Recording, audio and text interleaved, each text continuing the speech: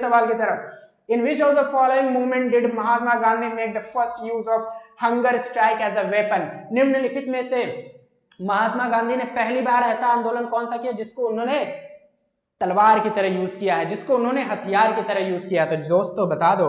Communal award of Ramsay MacDonald. Call of Duty mobile gamer ने answer दिया था ए। किशन जी ने आंसर दिया है बी। अविरल जी ने आंसर दिया है सी। मोहित ने आंसर दिया है डी। वे सब ने आंसर बदल बदल के दिया है। तो निम्नलिखित में से ऐसा कौन सा आंदोलन था गांधी जी ने ऐसा ऐसा किया? अहमदाबाद स्ट्राइक आंसर होगा मेरे भाई।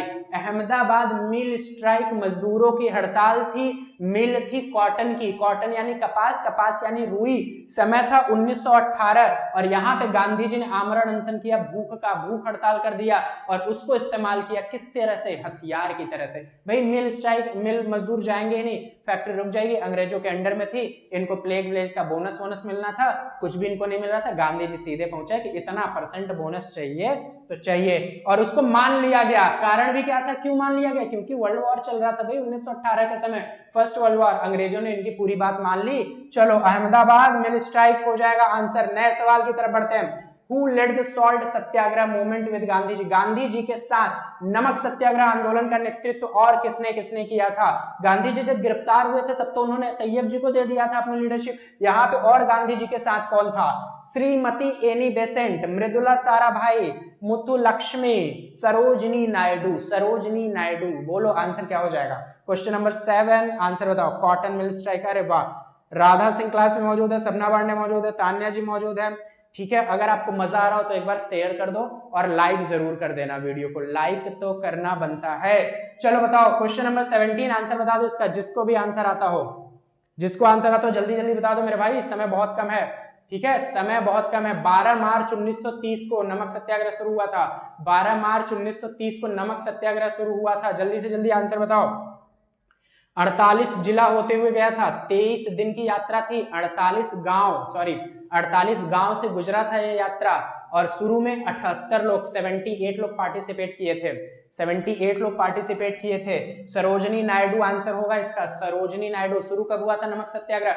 नमक सत्याग्रह बोलो या डांडी मार्च बोलो, एक ही है बात ना। नमक सत्याग्रह बोलो या डांडी मार्च बोलो, एक ही बात है, एक ही बात है। तो सरोजनी नायडू इनका साथ दी थी। कुल कितने लोगों से शुरुआत हुआ था? 78 लोगों से। कुल कितने गांव बीच में पड़े थे? 48 गांव बीच में पड़े थे। और कुल कितना दिन लगा था? 23 दिन लगा था। अरे भाई अब तो बोलो, नया सवाल। सती प्रथा वाज प्रोहिबिटेड बाय। सती प्रथा किसके द्वारा निषेध कर दिया गया, विषिद्ध कर दिया गया, खत्म कर दिया गया, रोक लगा दी गई? आंसर हो जाएगा आपका Lord William Bentinck, Lord Wellesley, Lord Hastings, Lord Dalhousie. बताओ आंसर क्या होगा? आंसर क्या होगा? 1928-29 में लॉर्ड विलियम बेंटिक ने ऐसा कांड किया हुआ था। ऐसा कांड किया हुआ था लॉर्ड विलियम बेंटिक ने कि सती प्रथा को खत्म कर दिया। इसी समय राजा राममोहन राय भी थे। ठीक है बात। अगला सवाल देखते हैं। साइमन कमीशन किसकी समीक्षा के लिए गठित किया गया? साइमन कमीशन किसकी समीक्षा के लिए गठित किया गया? साइमन कमीशन 1927 में बना था, ब्रिटेन में, भारत पहुंचा 1928 को। साइमन कमीशन के दौरान लाठीचार्ज हुआ था लाहौर में, जिसमें लाला लाजपत राय की मृत्यु हो गई थी। ये तो है कुछ फैक्चुअल नॉलेज। साइमन कमीशन को ही व्हाइट कमीशन बोला गया। व्हाइट कमीशन क्यों? क्योंकि इसमें 7 लोग थे, सातों के सातों अंग्रेज थे, और वो अंग्रेज हमारे लिए नियम कानून बनाने आए थे। उनको क्या पता कि हमको क्या चाहिए? बताओ। अगर एक करोड़पति अरबपति आदमी को, जो सिल्वर स्पून आदमी है, पैदा हुआ है, हमेशा से शहर में रहा, उसको गांव के बारे में कुछ भी नहीं पता, अगर उसको गांव का राजा बना दोगे तो क्या समझ पाएगा किसानों को क्या चाहिए? कभी नहीं समझ पाएगा। तो साइमन कमीशन में सारे के सारे अंग्रेज वो हमारे लिए कानून बनाएंगे, उनको समझ आएगा कि वो क्या बनाएंगे? तो क्या था वो? Fitness of India for further reform, आगे के सुधारों के लिए भारत की फिटनेस। भाई कोई इंडियन होता तब ना, तो इसलिए इसके लिए बनाया गया था।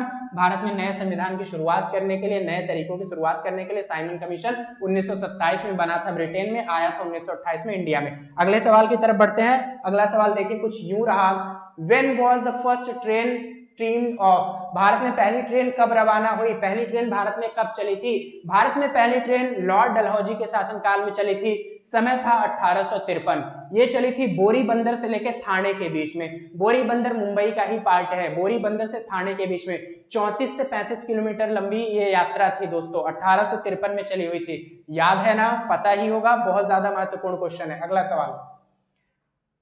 अगला सवाल आपके सामने कुछ यूं रहा, अंग्रेजी द्वारा अपनाई गई भूमि निपटान की निम्नलिखित में से किस प्रणाली ने किसानों के हित की सुरक्षा प्रदान की?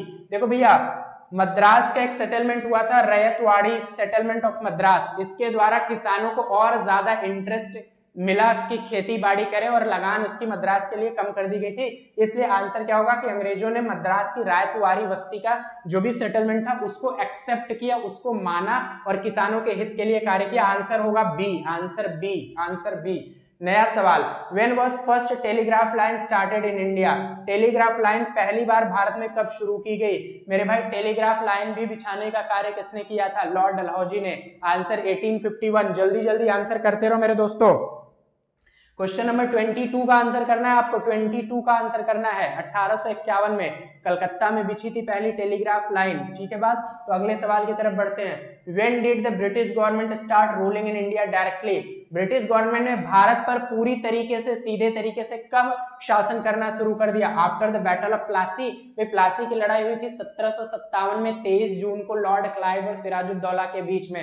इसके बाद बहुत तामझाम था, बैटल ऑफ बक्सर हुआ, उसके बाद ये सिर्फ बंगाल पर अधिकार पर कर पाए थे, भारत पर नहीं। आफ्टर बैटल ऑफ पानीपत, भाई पानीपत की लड़ाई के बाद तो मुगल थे, ये नहीं थे। After the battle of Mysore, Mysore युद्ध के बाद इन्होंने मैसूर पर 1799 में कब्जा किया था। मैसूर पर टीपू सुल्तान को हराया था चौथे मैसूर के युद्ध में 1799 में, जिसके बाद श्रीरंगपट्टनम की संधि हुई थी। मेरे दोस्तों, आफ्टर सिपाही मिटिनी यानी सिपाही विद्रोह आंदोलन 1857 में हुआ था। सिपाही विद्रोह आंदोलन 1857 में हुआ था। इसी के बाद मुगलों को भी बैन कर दिया गया। इससे पहले मुगल लोग होते थे, मुगल की अपनी शासन होती थी। 1857 में बहादुर शाह सेकंड को बैन कर दिया गया लाल किला में भी जाने से। 1857 में किसने किया था? जॉर्ज निकोलसन ने किया था बैन मुगलों को। यानी 1857 के बाद दिल्ली की गद्दी से सबको खाली कर दिया गया।